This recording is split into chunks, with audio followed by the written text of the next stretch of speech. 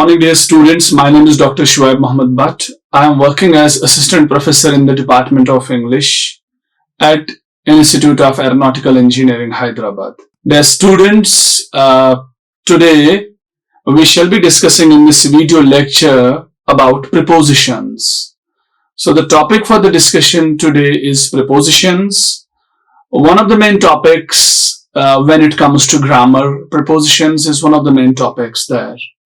So earlier we talked about some other parts of speech, like we talked about noun, we talked about pronoun, we talked about verb, adverb, adjective. Now today we are going to share, or today we are going to discuss about preposition. What is preposition? What is the meaning and definition of preposition? And what are the different prepositions in English? What are the different rules to use these prepositions? This all we shall be discussing in this lecture. First, we'll try to know what preposition is. When we talk about preposition, I can say it's a short word that's employed in the sentence to show the relationship nouns, pronouns, or phrases have with other parts within the respective sentence. It's a short word. It's employed in sentence. It is a short word which is employed in a sentence. It is a short word which is used in a sentence to show the relationship of noun or nouns, pronoun or pronouns, or phrase or phrases, to show their relationship with other parts within the respective sentence. So it is that short word which is employed in a sentence. And we also, if we ask someone what is a preposition, in a very simple terms, we say relation showing words are called these prepositions. When we ask about prepositions. So yes, prepositions, these are the short words which are employed in a sentence, which are used in a sentence to show the relationship of noun, pronoun, or any phrase with the rest of the sentence. Prepositions, they are normally found positioned in the later part of the sentence, but before a noun or a pronoun. So we see, usually, this is not the case with all the sentences, but usually we see these prepositions, they are placed in the later part of the sentence, but they are always placed before a noun or a pronoun. So this is about prepositions. Prepositions, they are relation showing words. They are short words which are used in a sentence. And these words, they show the relationship of noun, pronoun, or a phrase, noun phrase, with the rest of the sentence.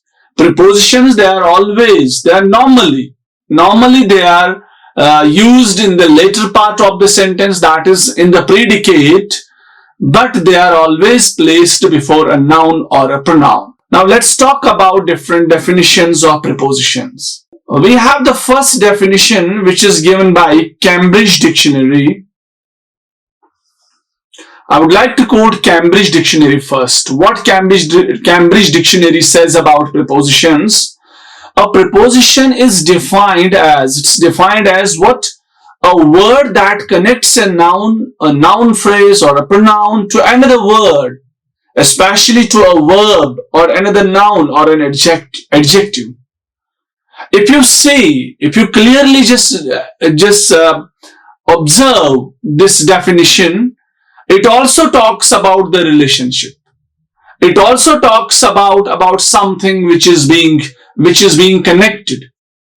So what Cambridge Dictionary says, it says it's a word that connects a noun, a noun phrase or a pronoun to another word. Like it connects a noun to the verb, it connects a noun to another noun, it connects a noun to an adjective. Or we can say it connects a noun to the rest of the sentence. Not only noun, a pronoun and a noun phrase also. This is what Cambridge Dictionary says about prepositions. Then, let's take the example of the famous Oxford Learners Dictionary. Much popular Oxford Learners Dictionary. What does it say about prepositions? It says preposition is a word or group of words. It is a word or a group of words such as in, from, to, out, of, on behalf of, which are used before a noun or pronoun to show place, position, time or method. Now Oxford Learner's Dictionary, it has little bit elaborated the definition, but it's again speaking one and the same thing. It says it is a word or a group of words, because preposition is not only a single word. We have a preposition like on behalf of. 3 words are there. We have lot of prepositions. We have different prepositions which are made up of 2 or 3 words.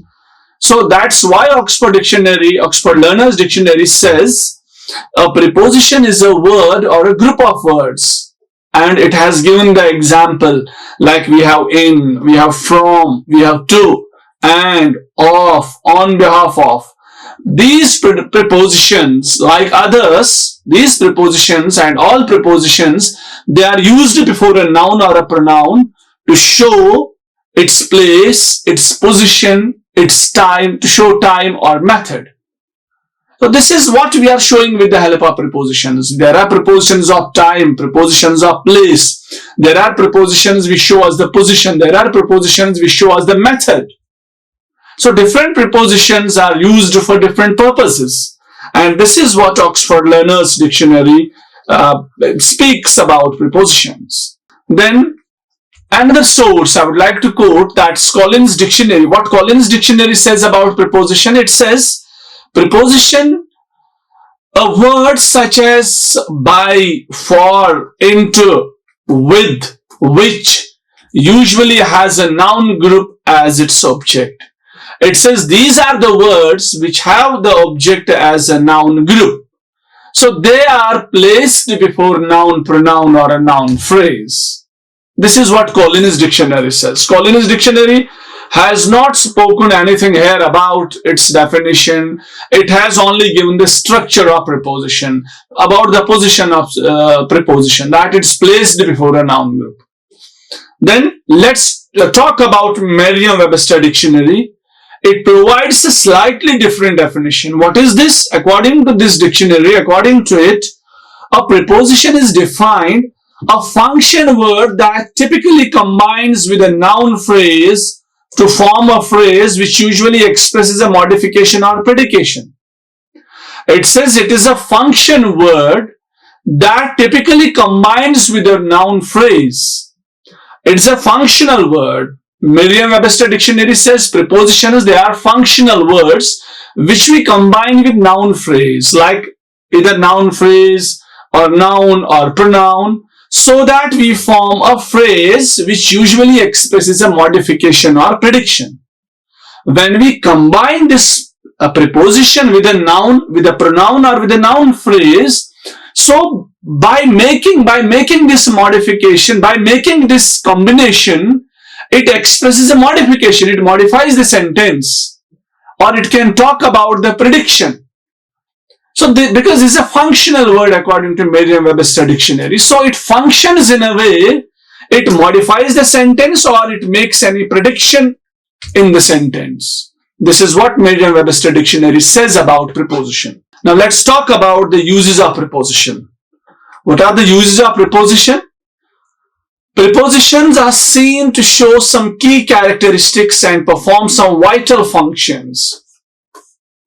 When used in sentence, they show some key characteristics and they are performing some vital functions when they are used in sentence. Now let's look at various uses of prepositions in English. See, let's look at various uses. As I told you, they are showing some key characteristics and vital functions. Let's see. Number 1, they are used to show the direction of something. We use prepositions to show the direction of something.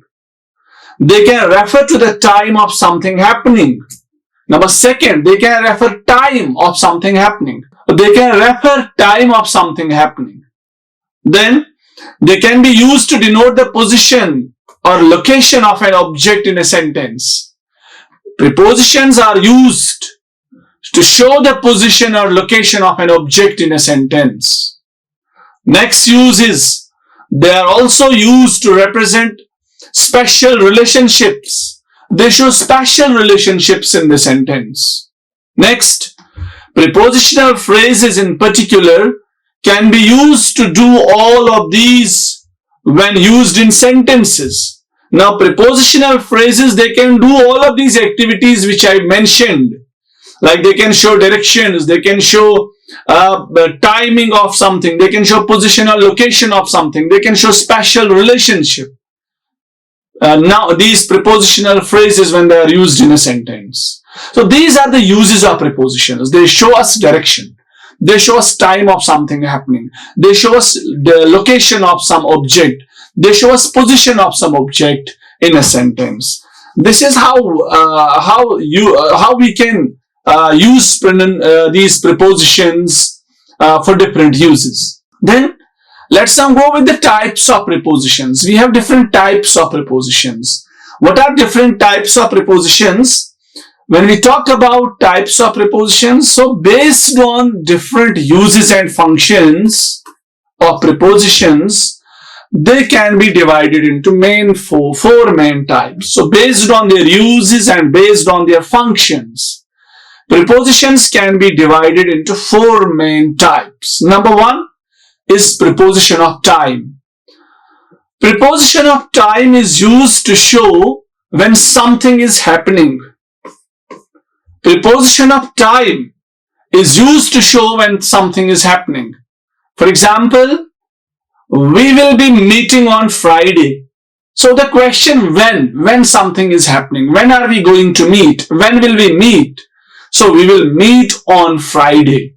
This preposition on is called a preposition of time because it showed us when will something happen, when will our meeting happen, when will we meet each other. So on Friday.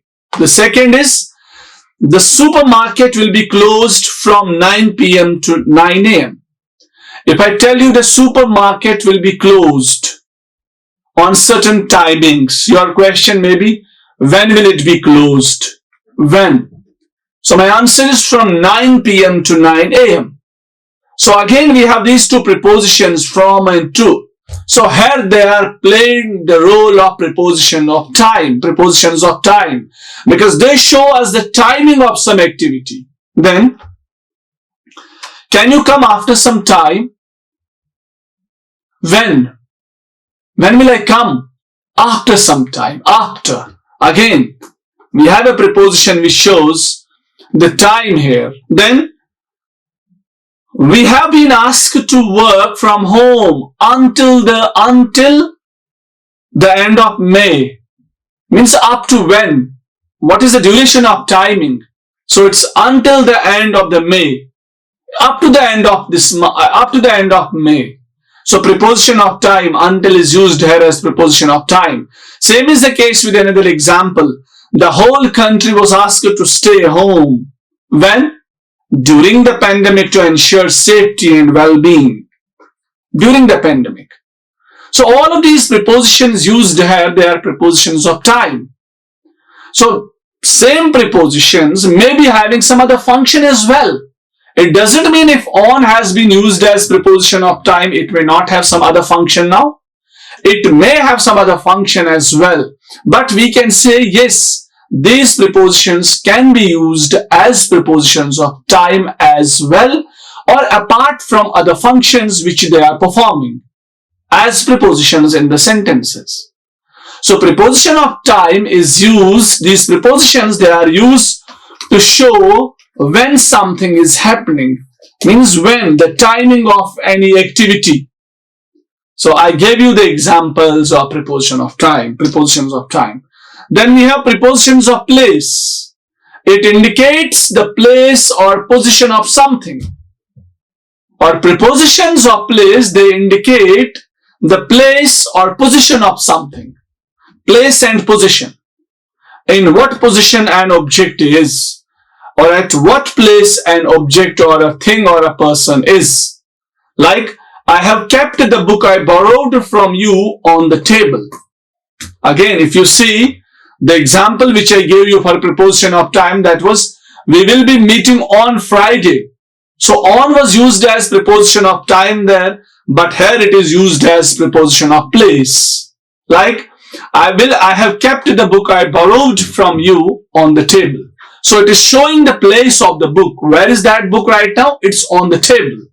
So the place of the object. Then Henry hid behind the door. Henry hid. He hid himself, or he hid himself where? Where? Behind the door. So the place of a person, where is Henry right now? Is behind the door. It is the place where he is right now. Then the dog jumped over the fence. The dog jumped over the fence.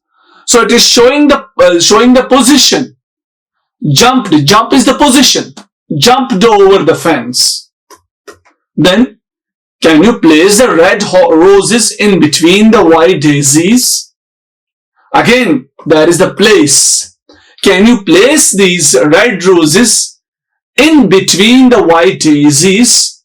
The two kinds of flowers. Now we have to put red roses in between white daisies. In between. It's a place. For example, there are white daisies. Now I have to put these white roses in between them. So I'm finding a place in between them. This place has been shown by preposition of place. That's between. Now, he was waiting in front of the EB office or in front of the principal office. He was waiting in front of. Where? In front of. Again, that is the place where he was waiting. So, there is the second category I talked about, is preposition of place. Here I told you these are the prepositions which show us the place or position of something. So say we have this preposition on, it shows the position of the book. Behind shows the position of the book. On is showing the place of the book. Behind is showing the place of Henry. Over is showing the position of dog. Between and in front of, again they are showing the places. So we have the second category which we call as prepositions of place. And then preposition of direction. Now there are prepositions which show us that they denote the direction in which something travels or moves. They show us the direction in which someone or something travels, moves, or goes. So now examples are there. The girl ran toward her father the moment she saw him. The girl ran toward. It's a direction. For example, if I speak to you, the girl ran toward principal office for clarification of marks. So I am showing you the direction of that girl. Same as the sentence here. The girl ran toward her father. I am showing you the direction. So where she ran or where she ran? She ran toward her father when she saw him. Then Jerry jumped into the river to help his sister. Into is showing the direction. Where he jumped into the river. Then Veena passed the book to Priya. The direction of book. Veena passed the book to Priya. Direction of the book. Then, when will Salvia be returning from London? So again we talk about the direction here. Direction is showing by the from. When will she be returning from London? Meena lives across the street. Across, direction. She lives across the street. So we are showing direction. So we have the third category of prepositions, that is direction. And the direction here is shown by these prepositions in these sentences. Then we have preposition of location. These prepositions are used to denote the location of a particular object. We use them to denote the location of a particular object. For example, Kenny would be staying. It's not only object but a person also. Place, person, object. location of a place, location of a person, location of an object. Kenny would be staying at his cousin's place for the weekend. We talk about Kenny, about a person. He would be staying at his cousin's place. So location of Kenny has been shown here by this preposition at. Make sure you will keep all the toys back in its places. So to keep the toys back in their place or in its places, the location of the toys has been shown by the preposition in. I lay on the floor for a really long time. I lay on the floor, my location. When I say I lay on the floor, this on is showing my location. Is on the floor. So we have the last category of the prepositions, that is prepositions of location. So we have some prepositions which are showing location. Then we have next one, that is prepositional phrase. We shall be talking now about prepositional phrase. What is prepositional phrase? It's a combination of a preposition and a noun. A combination of a preposition and a noun. The object it is affecting. For example, so we have a preposition and a noun. And noun means the object it is affecting. Means the object which it is affecting. Like see to it that you reach the venue on time. See to it. Check that you reach the venue on time. We have preposition and we have noun. Time. Then the medicines you asked for are out of stock. Out of stock. So we have a preposition. They are out of stock. So it is affecting the stock. Then why don't we try taking classes outside for a change? So we have preposition for and it is affecting a change because the whole sentence is based on this last noun which we are using at the end. So we want to take classes outside, but what? For a change. Then make sure you will find in all the forms at once. Then Salman was able to finish it only with the help of his friends. So we call them all prepositional phrases. What is a prepositional phrase? It's a combination of a preposition and a noun.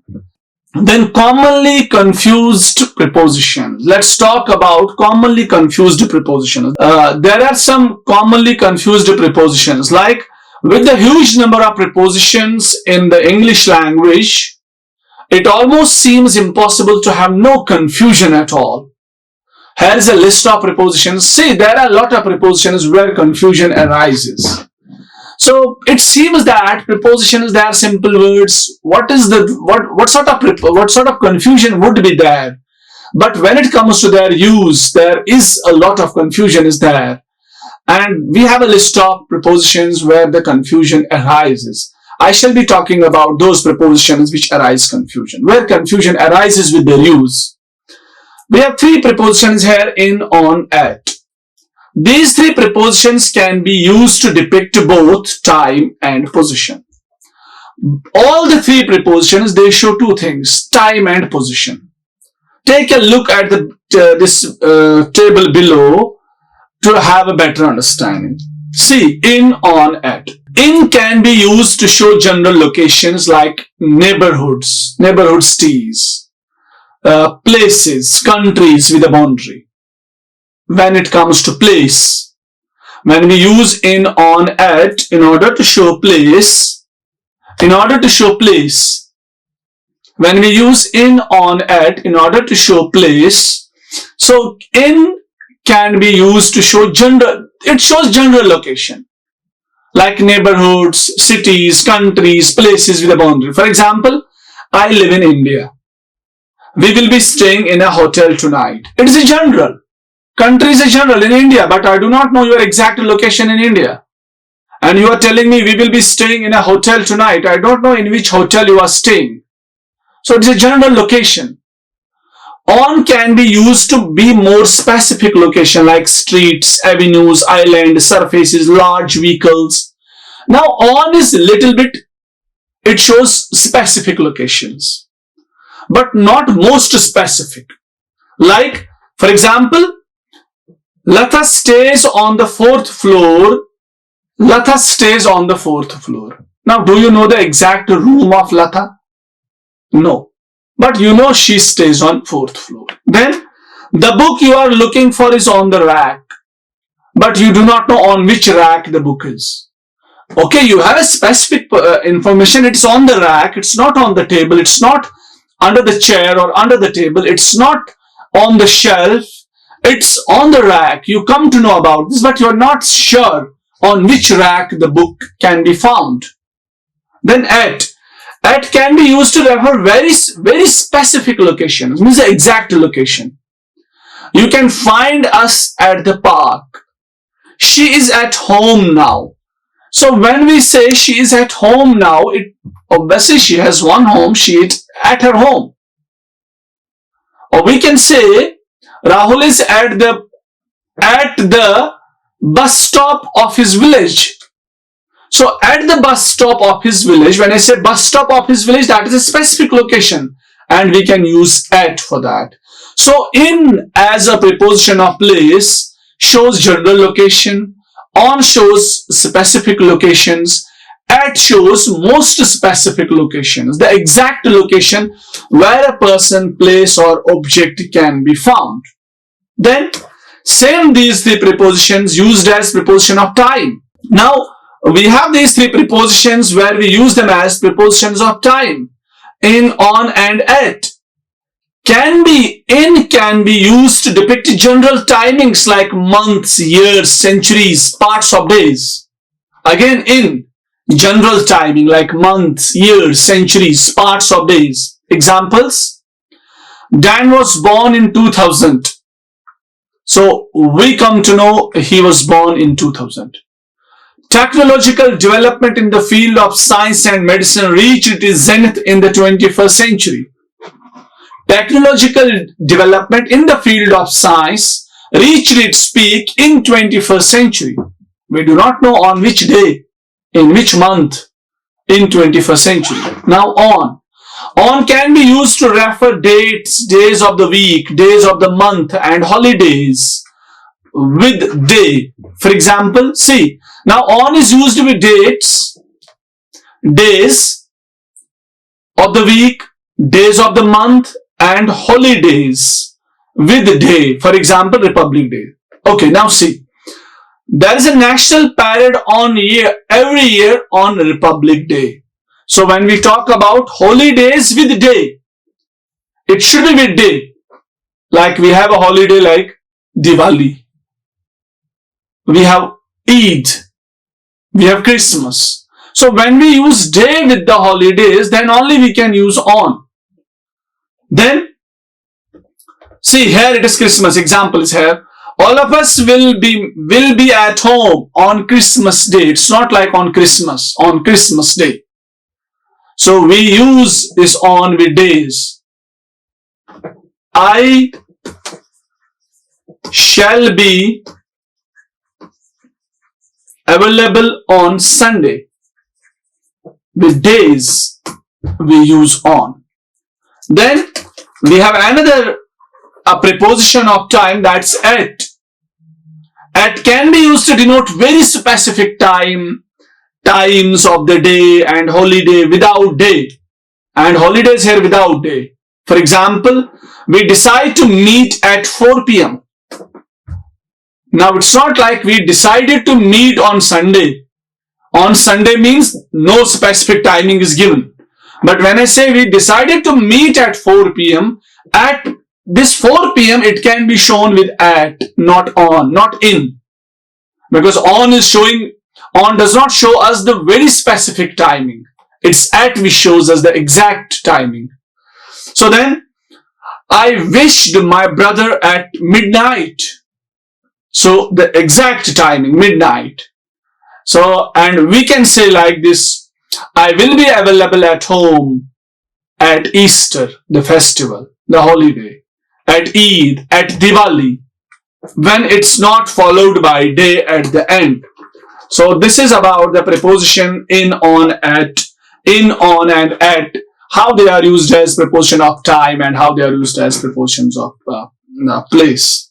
We have another two prepositions which are which create some confusion, that is to and from, or two other prepositions that create confusion. How? See, to is used to denote the end location, from used to denote the starting of location. Like, for example, we went to Sri Lanka with we went to Sri Lanka with my family.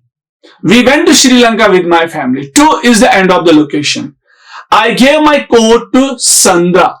Then, for example, now for from, it's used to for the starting of location. Have you started from Bangalore? Then, I received a letter from my father. So we have to and from, where to is used to denote the end of location, from is used to denote the start of location, starting location. Then by, with. The prepositions by and with have various meanings. They sometimes appear to be confusing for a second language learner of English. By shows near or next to, which is near and next to. For example, is the post office by the bus stop? By the bus stop means next to bus stop or nearer to bus stop. Like a given time or not later than. It shows us a given time or not later than. Like a given time, and for example, see that you reach the exam hall by 8:30 a.m. It is by 8:30 a.m. The timing has been given to you. When the timing has been given to you, you can use by. By means up to 8:30 you have to reach there. If I tell you, you have to reach exam hall at 8:30 p.m. that means on exact 8:30 you need to reach there. Now when I say by 8:30 p.m. that means up to 8:30 p.m. You can come at 8:20 also, you can come at 8:25, you can come at 8. It is by, but not after 8:30. Then it denotes the doer of action mentioned in a sentence. For example, the poem was written by my mother. It shows the doer of action. It was written by my mother. Doer. Who wrote? My mother. Then with. In the company of, for example, with shows in the company of. For example, Glint went to Chennai with his friends, means in the company of his friends. Then, in addition to, with also shows in addition to. Like, would you like to have tea with breakfast? Means in addition to breakfast. Then, by the means of. It shows by the means of. Like, I cut my birthday cake with a fruit knife. I cut my birthday cake by the means of a fruit knife. So this is how we can use with a fruit knife or by the means of a fruit knife.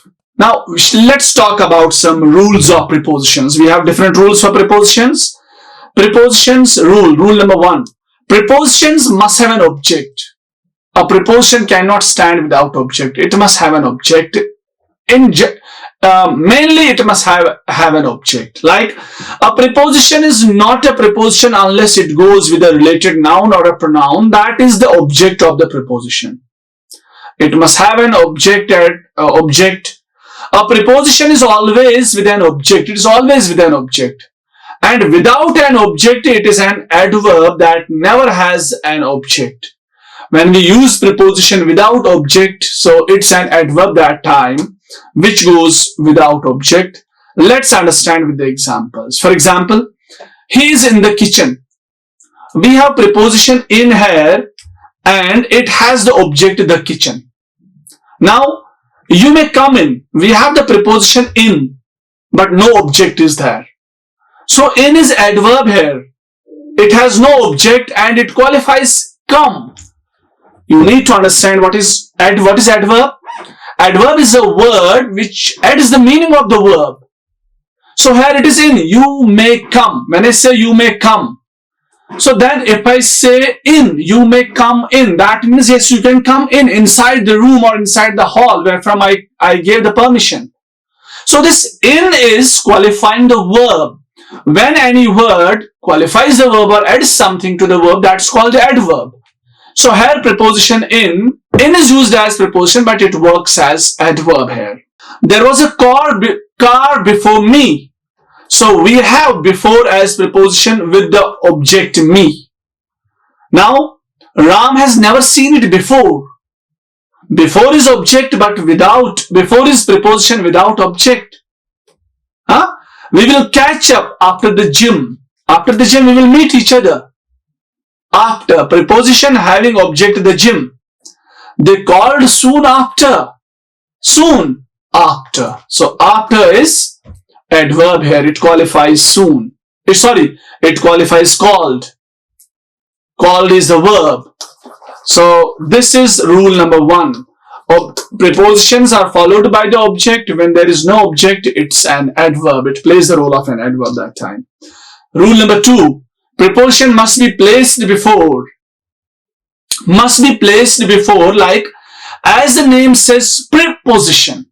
If you see the name preposition, so it comes before something. It's preposition. Or it takes the position before something. Generally, but not always, a preposition goes before a noun or a pronoun. So it goes always before a noun or a pronoun, but sometimes it may not. Like, I put the things in the box.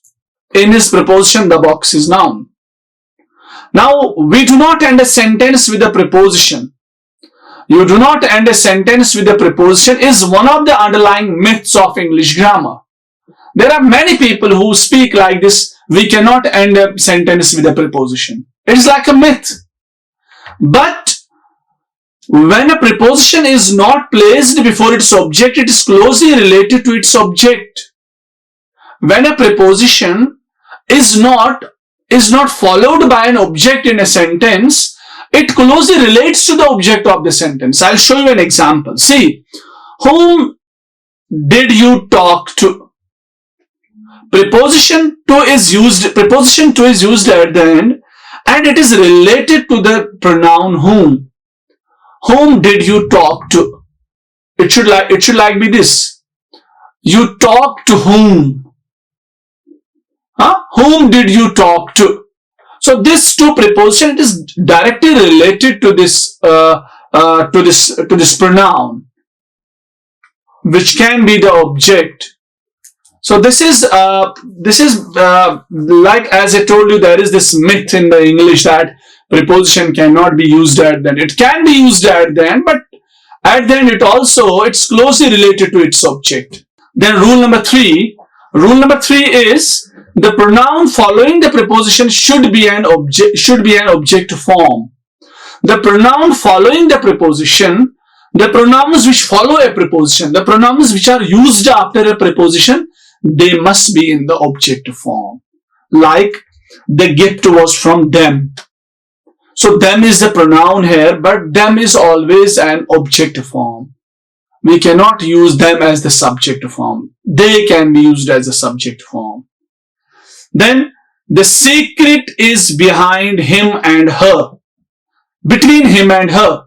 So between is followed by him, which is object, and her is also object. So this is rule number 3. Then we have next rule.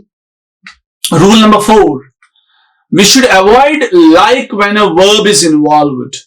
For example, the preposition like, that means similar to, should be followed by a noun pronoun, noun phrase as an object of the preposition.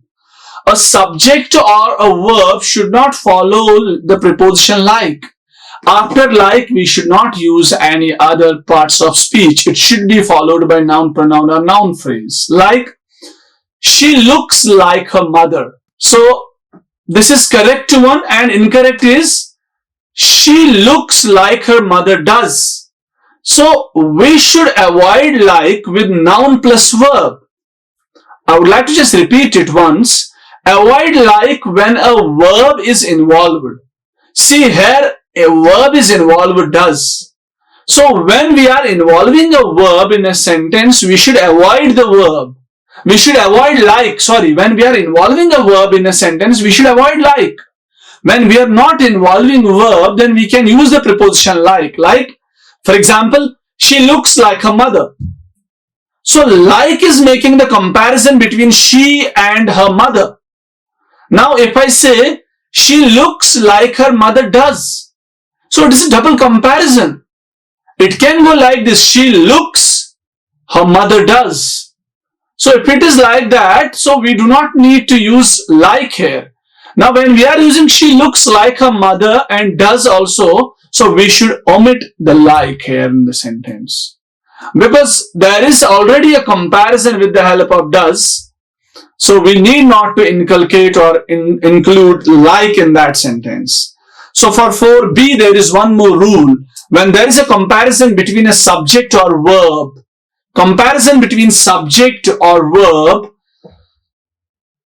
instead of like, use as if, as though, or the way. Take some examples like, she looks like her mother does.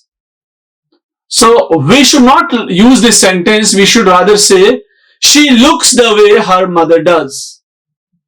So as I told you, when there is a comparison between a subject here is she, a subject or verb, so we should not use like. We should use like these words: as if, as though, the way. So there is one more example is there. Do like he asks. Do like he asks. It's like do as he asks. She looks like she is angry. It's incorrect. It should be she looks as if she is angry. Then we have another rule is, unless there is a verb involved, do not use as. As means in the same manner. So avoid using preposition as if the verb is not involved. So unless there is a verb involved, we should not use as, because as means in the same manner. Like, see, I, as most people, try to use good words in English. Then the correct one is, I, as most people, do try to use good words in English. As I told you, unless there is a verb involved, do not use as. When there is not any verb involved, we cannot use as. See, here verb is not involved, so we should not use as. Here verb is involved, so as is there. Then let's go to the next one. We have next rule, we should not be confused with to and infinitive to. So to as a preposition is like, I'm used to swimming, I look forward to seeing you. So then to as an infinitive is, I used to live in Australia, they love to dance. Details are written there. You can go with the slides. Then there is rule number 6 and rule number 7. So I talked about different rules of prepositions. So rule number 5, rule number 6 and rule number 7, I want to give you homework. But let's go with rule number 5, then I'll give you the rest of the 2 rules. You will do them by your own. So we should not be confused with the preposition to with infinitive to. Because to is as preposition and to can be used as infinitive. To is an infinitive participle. Like to sing, we use to in front of the base form of the verb. Like to sing, to dance, etc. As well as a preposition to like to me, to Moscow. So understand the difference. As I gave you the example, see, there is I am used to swimming, I look forward to seeing you. So had to is used before noun, before pronoun, so before nouns. But I used to live, it's have to is used before verb. They love to dance, here it is used before verb. So when it is used before verb, it plays the role of an infinitive. But when it is used before noun, pronoun or noun phrase, then it's a preposition. So I would like to stop here today. Thank you. Thank you for listening me carefully. Thank you. Like, share and subscribe. Hit the bell icon for more updates.